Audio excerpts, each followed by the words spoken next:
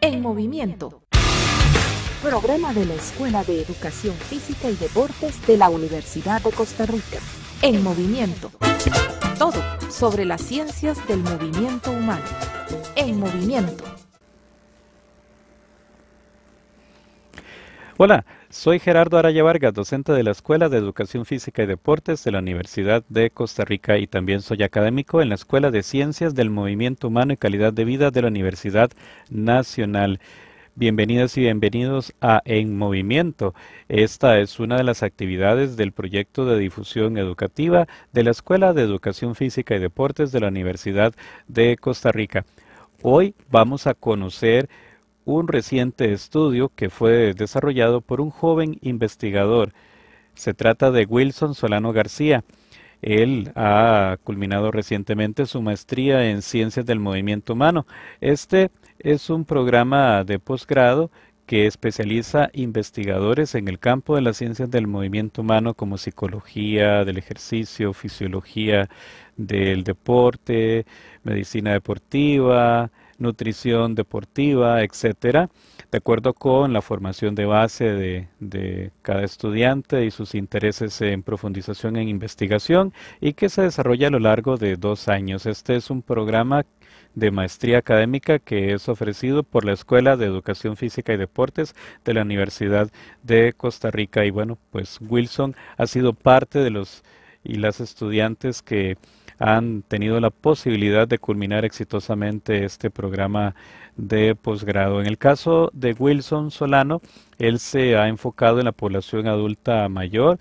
Él ha hecho una línea de investigación donde ha profundizado específicamente en el tema de la sarcopenia y cómo a través de distintas formas de ejercicio físico que las personas adultas mayores puedan desarrollar en sus hogares, se podría combatir esta problemática.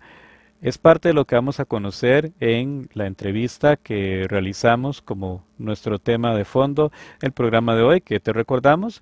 Vamos a estar conversando con Wilson Solano García, joven investigador costarricense en ciencias del movimiento humano.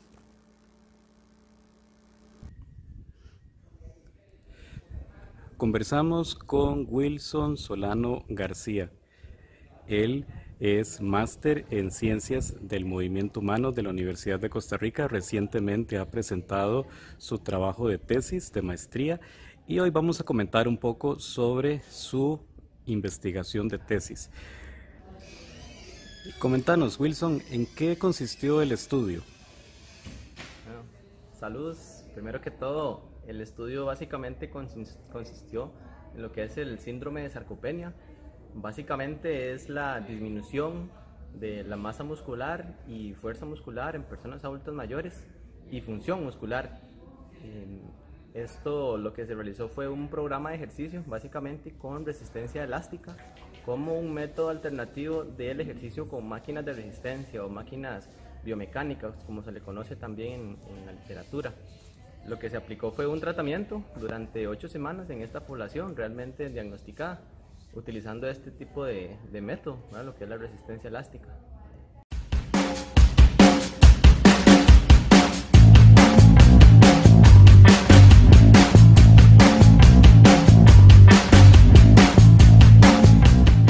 Explícanos un poco ese concepto de resistencia elástica y por qué es importante examinarlo en personas adultas mayores. Correcto, cuando hablamos de resistencia elástica como tal, nos estaríamos enfocando, por ejemplo, en lo que son ligas de resistencia elástica, bandas también. Hay diferentes conceptos, sin embargo, dentro de la misma terminología se conoce como resistencia elástica. Ahí sí existe una diferencia entre utilizar bandas, que son un poquito más anchas, por decirlo así, y la liga, que es como de manera tubular. Estos son los dos tipos que puede ser encontrado en la literatura. Existe una amplia gama de literatura, específicamente en el síndrome de sarcopenia en personas adultas mayores, que han utilizado máquinas biomecánicas. Sin embargo, dentro de las justificaciones que se realizaron para generar este estudio, es que la literatura existente que existe en personas adultas mayores diagnosticadas realmente con sarcopenia ha sido máquina biomecánica, pero esto pues tiene sus ventajas, se puede controlar de una manera más objetiva las intensidades, las personas pueden trabajar de una manera más segura. Sin embargo, tiene algunas desventajas, y dentro de estas desventajas se tienen las siguientes. Por ejemplo, a los estudios posiblemente se citan a las personas adultas mayores a realizar ejercicio de fuerza o de contrarresistencia en sus centros, por ejemplo en universidades, donde tienen algún equipo pues que es importante para trabajar máquinas biomecánicas en esta población. Sin embargo, una vez que terminan los estudios, ya las personas quizás no puedan continuar con su plan o su programa de ejercicio, porque quizás no son instituciones en la cual estos gimnasios o donde se realizan las pruebas no son abiertas al público. Entonces, una vez que finalizan los estudios, pues las personas deberían de regresar otra vez a sus hogares, y cuando llegan a sus hogares no tienen estos mismos implementos o máquinas de resistencia, y pues bueno, descontinúan el estímulo que han venido trabajando. Se sabe que cuando se descontinúa un estímulo, pues las ganancias, por decirlo así, en este caso de masa muscular y de fuerza, pues progresivamente vuelven otra vez a sus niveles basales. Entonces se tuvo también como alternativa a trabajar resistencia elástica. ¿Por qué? Porque con estos implementos deportivos uno puede llegar a las instituciones de personas adultas mayores, a sus hogares, y poder realizar los mismos ejercicios que uno realiza con máquinas biomecánicas, pero en sus hogares de atención a personas adultas mayores, en su propio hogar. Estos implementos son prácticos, son cómodos, son fáciles de utilizar, se puede simular los mismos ejercicios que se realizan en máquinas biomecánicas, y pues también es un poco más amigable a las personas. De aquí fue, ¿verdad?, la idea de poder llevar más bien este tipo de implementos deportivos a los hogares o centros de atención donde se encuentran estas personas, que quizás también por sus niveles de dependencia no pueden ir a un gimnasio, por ejemplo, que también no tengan a una persona que las pueda ayudar a llevarlas pues al centro para realizar ejercicio, o quizás también la parte económica. Realmente pues se sabe que estar en un gimnasio involucra de cierta manera un alto costo económico, y quizás muchas personas no lo tienen, y pues la verdad es que utilizar este tipo de método como alternativa a las máquinas de resistencia, siendo eficaz o efectivo para mejorar variables de la masa muscular, la fuerza muscular y la función muscular, se pueden llevar a los centros donde ellos se encuentran, incluso en sus hogares.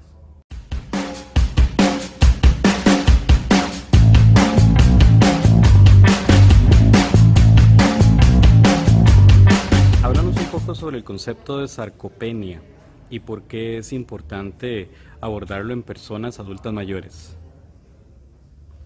Bien, cuando hablamos de sarcopenia específicamente, este término o este concepto fue propuesto en el año 1989 y fue propuesto por el médico Irwin Rosenberg en Albuquerque, Nuevo México. Se realizó una reunión sobre epidemiología de envejecimiento para determinar algunas cosas que han estado pasando con adultos mayores, y pues bueno, se sabía que ya existía la disminución en la masa ósea, y ya esto tenía un nombre, por ejemplo osteoporosis, osteopenia, pero la masa muscular específicamente, a pesar de que desde 1931 se sabía que la disminución de la masa muscular es una de las declinaciones más importantes en el envejecimiento, no tenía un nombre. Entonces se propusieron dos términos, sarcopenia o sarcomalacia. Sin embargo, sarcopenia fue la que tomó más fuerza. Básicamente en sus inicios la sarcopenia era una disminución en la masa muscular y la funcionalidad, ya sea fuerza o función muscular. Sin embargo, al pasar los años, esta conceptualización ha venido cambiando. A la actualidad no existe un consenso como tal incluso para el diagnóstico. Actualmente existe un grupo muy importante que es el Grupo Europeo de Trabajo en Sarcopenia. Recientemente, el año pasado, propuso que la sarcopenia es la disminución de la masa muscular y de la fuerza muscular. Además, si existe una disminución en la función muscular, esto vendría a determinar la severidad de la misma. Ahora, que después de los 40 años empezamos a tener una disminución de la masa muscular, se ha mencionado, claro. Sin embargo, está registrada una literatura que después de los 50 años la disminución de la masa muscular tiene entre 1 y 2% aproximadamente por año, y la fuerza muscular una disminución de 1.5% anual. Estas disminuciones pueden acelerarse después de los 60 años. Sin embargo, la sarcopenia no es el proceso como tal de que ya estoy perdiendo masa muscular o fuerza muscular. Eso no es realmente, hay que tener mucho cuidado. Es cuando ya existe una disminución importante por debajo de valores de referencia que nos van a indicar estas disminuciones, ya sean masa, en fuerza o en función muscular.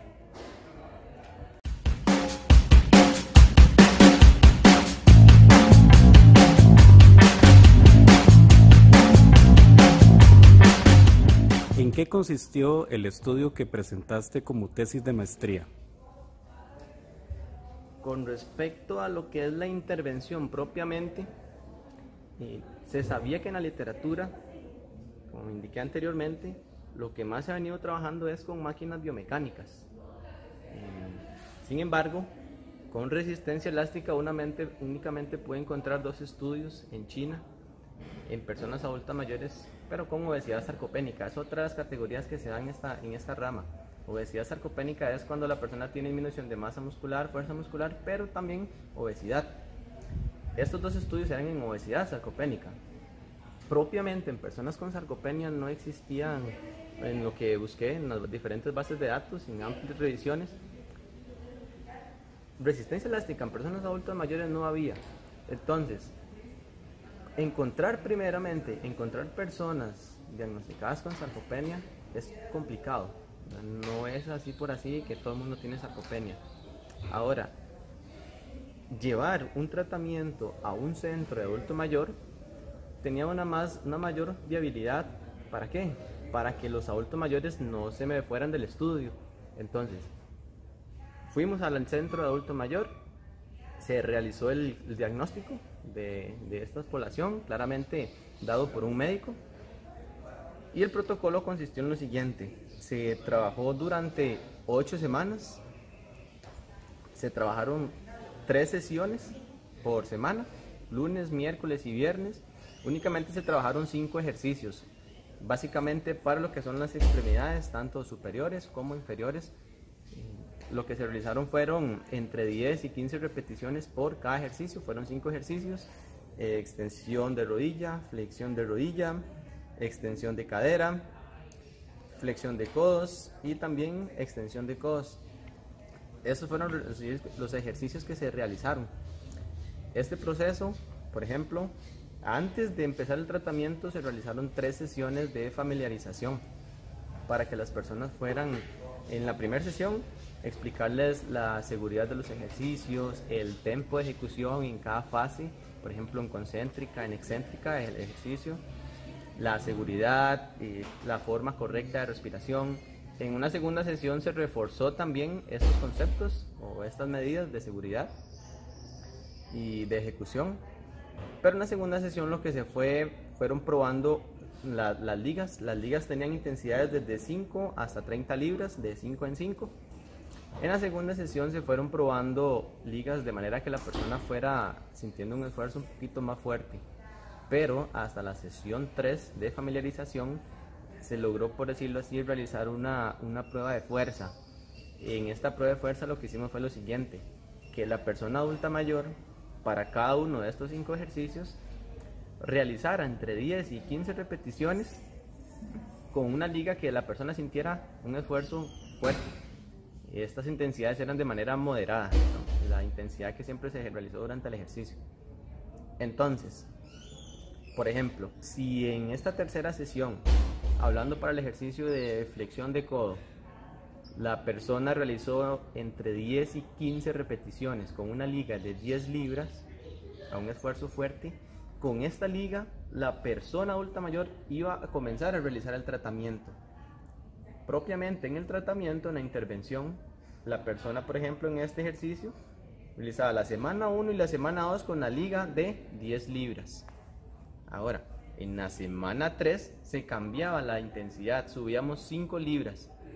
Cuando la persona lograba realizar, por ejemplo, subimos a la de 15 libras y la persona realizó entre 12 y 15 repeticiones, esa liga se mantenía por otras 2 semanas más, semana 3 y semana 4.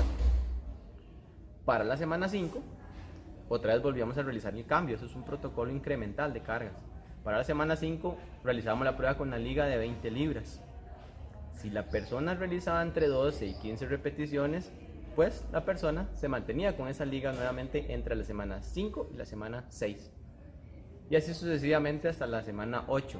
Claramente se sabía antes de empezar el estudio, por ejemplo, que si la persona empezó semana 1 y semana 2 con la liga de 10 libras realizando flexión de codo, a la semana 3 le cambiamos la liga a 15 libras, pero la persona realizaba menos de 12 repeticiones, entonces la persona se mantenía con la liga anterior a la que venía trabajando. Realizamos entonces otra semana más con la liga de 10 libras. Luego a la siguiente semana, por ejemplo la semana 4, volvíamos otra vez a intentar.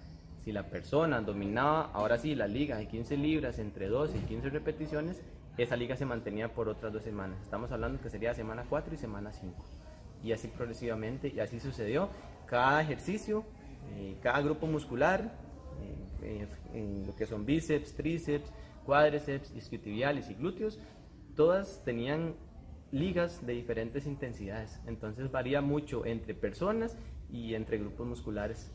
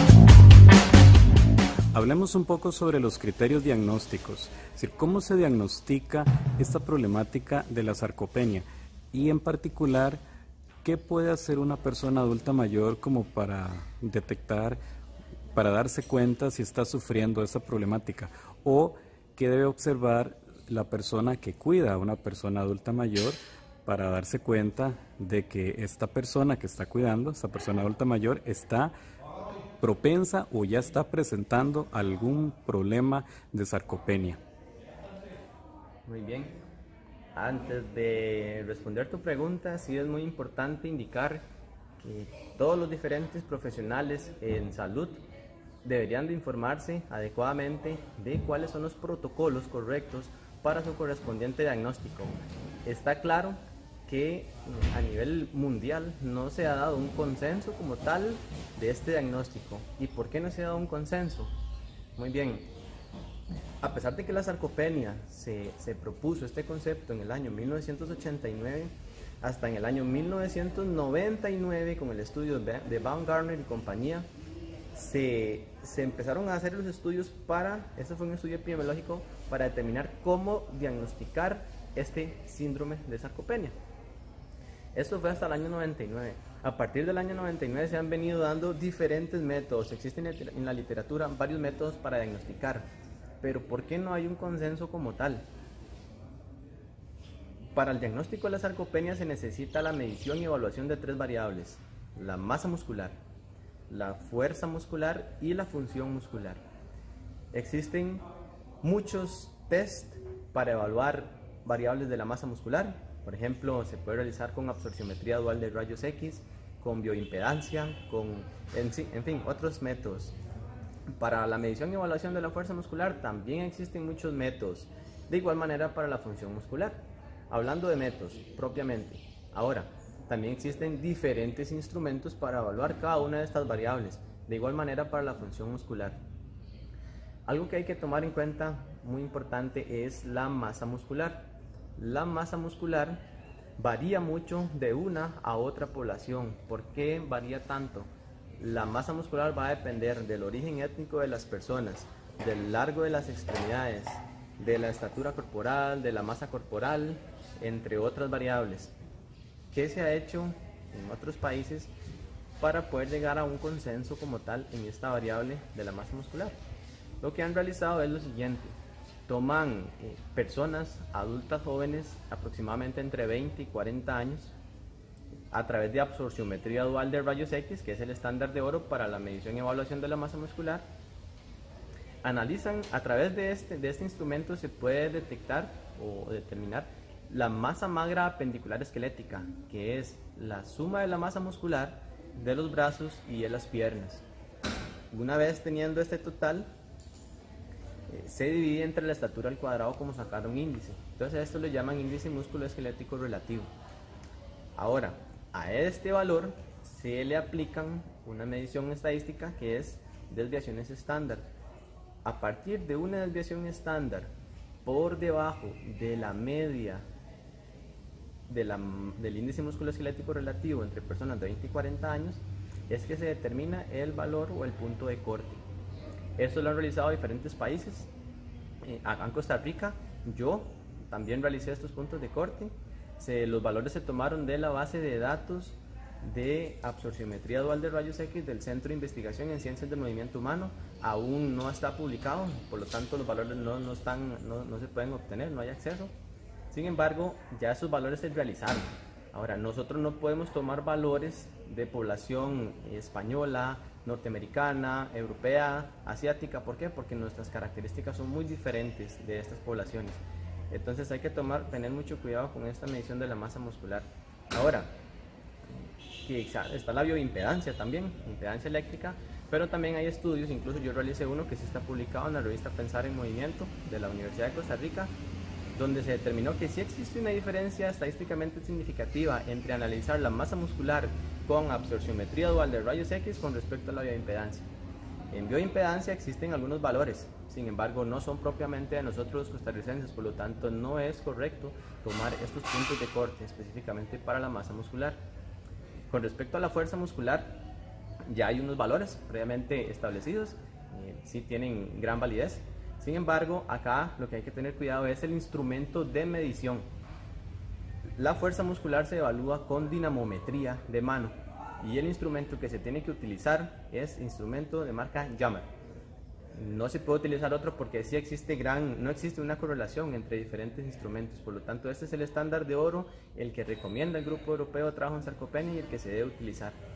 Básicamente son lo que puedo decir con respecto a lo del diagnóstico de sarcopenia, y claramente son pruebas que cualquier persona en nuestra área, incluso en ciencias del movimiento humano, educación física, podemos realizar. Sin embargo, a pesar, en mi caso, de que yo propuse los puntos de corte para diagnosticar sarcopenia y el método como tal, yo no puedo diagnosticar sarcopenia porque el criterio diagnóstico como tal tiene que ser dado por un médico. Esto con respecto a lo que es el criterio diagnóstico de la sarcopenia. Ahora, ¿cómo podemos saber si una persona tiene síntomas o puede presentar sarcopenia? Bien, hay una desventaja claramente, que para analizar la medición y la evaluación de la sarcopenia, del síndrome de la sarcopenia, los instrumentos pues no están al alcance de muchas personas. Lo que es el dinamómetro de mano marca Jammer, son pocas instituciones quizás lo que lo puedan tener.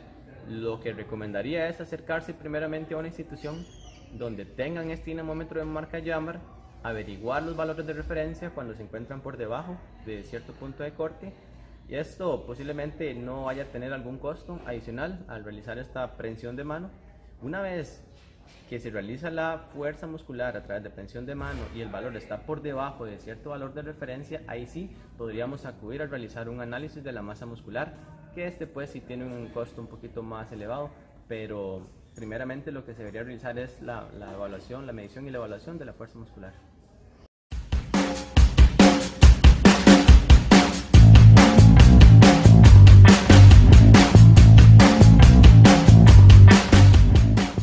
cuando una persona, por ejemplo, empieza a tener síntomas, bueno, síntomas no se puede decir la palabra, presenta caídas, ya tiene pérdida de independencia, ya la persona es más dependiente de otras personas, tiene movilidad reducida, ya esas son cosas que uno puede valorar. ¿Por qué? Porque al tener estos estos factores, la persona claramente va a tener un aumento en las necesidades médicas, va a tener una disminución en su calidad de vida, posiblemente hospitalización, incluso lo que ya es la institucionalización de las personas. Entonces, cuando ya una persona empieza a tener estos síntomas de que quizás la persona empieza a caminar más lento, de que ya no tiene tanta fuerza quizás en los brazos para levantarse por sí solo, que ya depende de otras personas para realizar actividades básicas de la vida diaria, sería importante que empiecen a buscar ayuda en este caso para evaluar la medición y la evaluación primeramente de la fuerza muscular, que sería lo más práctico que una persona puede realizar.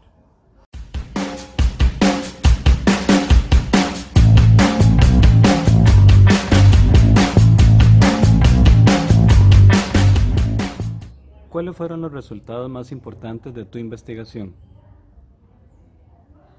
Bien, con respecto a los resultados, se tuvo resultados interesantes. No fue del todo lo que uno esperaba. En los estudios previos que han venido trabajando con personas con sarcopenia, han venido trabajando a partir de 12 semanas.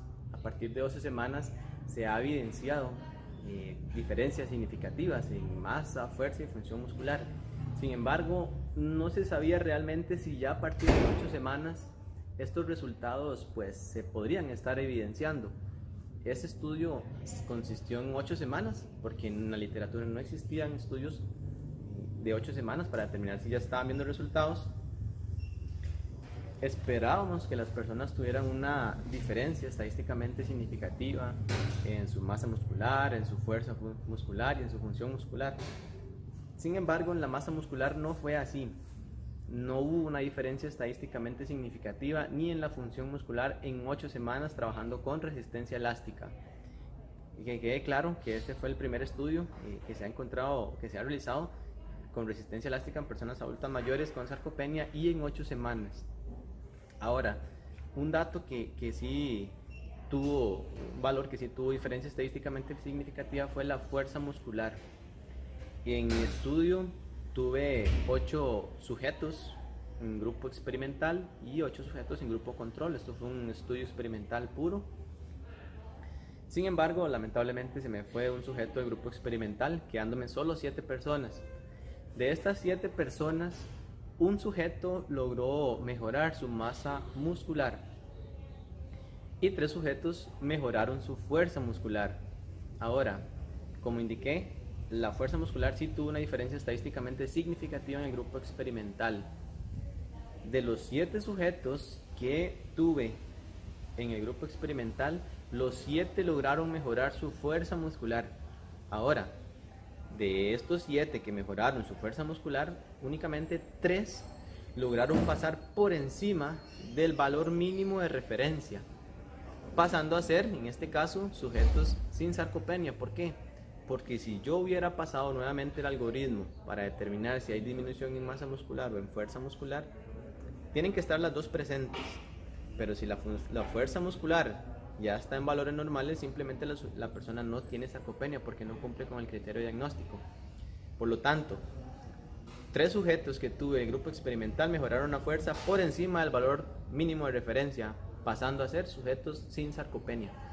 Y por el otro lado, la masa muscular, un sujeto mejoró su masa muscular por encima del valor mínimo de referencia, pasando a ser sujeto sin sarcopenia. ¿Se puede revertir la sarcopenia? Claro que se puede revertir. Como indiqué, 3 personas mejoraron la fuerza y 1 la masa muscular. Entonces, de los 7 sujetos que tuve en el grupo experimental, 4 de ellos pasaron a ser sujetos sin sarcopenia, trabajando resistencia elástica durante 8 semanas, 3 veces por semana y 5 ejercicios.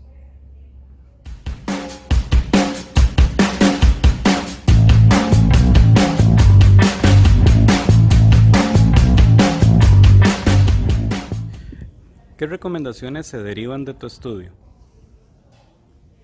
A nivel, por decirlo, de aplicación a la investigación, recomiendo que estos estudios se empiecen a dar más en la población, diagnosticar de manera correcta personas adultas mayores con síndrome de sarcopenia, también realizar diferentes tipos de ejercicio. En este caso lo que recomendaría es el ejercicio de contrarresistencia propiamente, que es el que ha dado mayor diferencia significativa contra realizar ejercicio multicomponente, que lo podríamos llamar así cuando la persona realiza, por ejemplo, 10 minutos de calentamiento, 10 minutos de ejercicio aeróbico, 10 minutos de flexibilidad, 10 minutos de fuerza. Esto es ejercicio multicomponente. Y trabajar ejercicio específicamente de contrarresistencia como tal sí tiene mucha diferencia contra trabajar multicomponente. Ahora, recomiendo que los investigadores realicen investigación trabajando 12 semanas. Se sabe que a 8 semanas no se dio tanto efecto en masa muscular, pero bueno, ¿qué pasaría a las 12 semanas? Ahora sí, realizando ejercicio con resistencia elástica, con máquinas biomecánicas, también utilizando otro tipo de método, por ejemplo la suplementación, por ejemplo utilizar un grupo que haga ejercicio con máquinas biomecánicas, otro grupo que realice ejercicio con resistencia elástica, tener otro grupo que también se suplemente, que es algo muy importante también, en grupo control. Esto, en este caso, la parte de investigación propiamente, y también pues ojalá que se puedan proponer puntos de corte para la fuerza muscular y de la función muscular, así como ya hice anteriormente en un estudio previo con la masa muscular. A nivel práctico, pues, si sabiendo que el ejercicio de contrarresistencia es eficaz para mejorar la masa muscular, la fuerza muscular y la función muscular, realmente si la persona no tiene acceso o a nivel económico o de personas que lo puedan llevar a algún gimnasio, por ejemplo, a realizar este tipo de ejercicios, pues bien, pueden empezar a realizar este ejercicio desde sus propios hogares. Claramente sí es importante también consultar a una persona, a un profesional en educación física y también a un profesional en ciencias del movimiento humano, que son las personas capaces para poder llegar a prescribir ejercicio en personas con diferentes condiciones de salud, en este caso, por ejemplo, la persona con una condición especial como es persona adulta mayor. Entonces, sabiendo que el tratamiento es con ejercicio de contrarresistencia, podemos llegar a tener este tratamiento en nuestros propios hogares, informándose claramente por alguno de estos profesionales.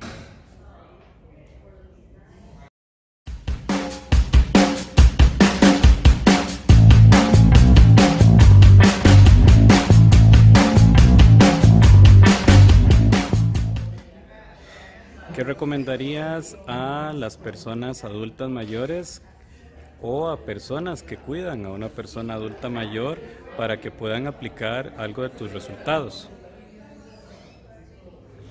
Claro, hablando propiamente ya de personas adultas mayores, en específico el síndrome de sarcopenia, que es donde he dado mis más aportes o más investigación, a pesar de que el ejercicio de contrarresistencia como tal pues tiene mejora a nivel de fuerza muscular, masa muscular y función muscular, también existe un grupo muy importante que es el Colegio Americano de Medicina Deportiva, que también indica que las personas deberían realizar, además de ejercicio de contrarresistencia, ejercicio de flexibilidad, ejercicio neuromotor, de coordinación, equilibrio, balance y ejercicio aeróbico.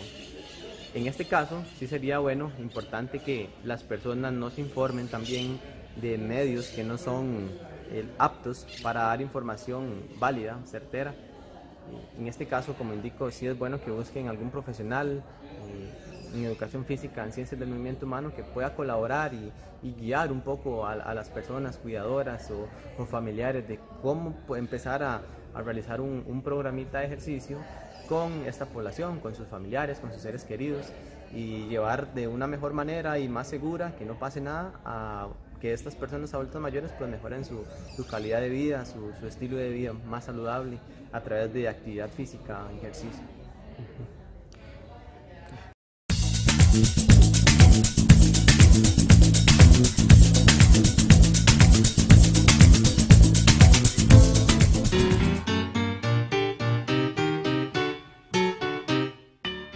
En movimiento.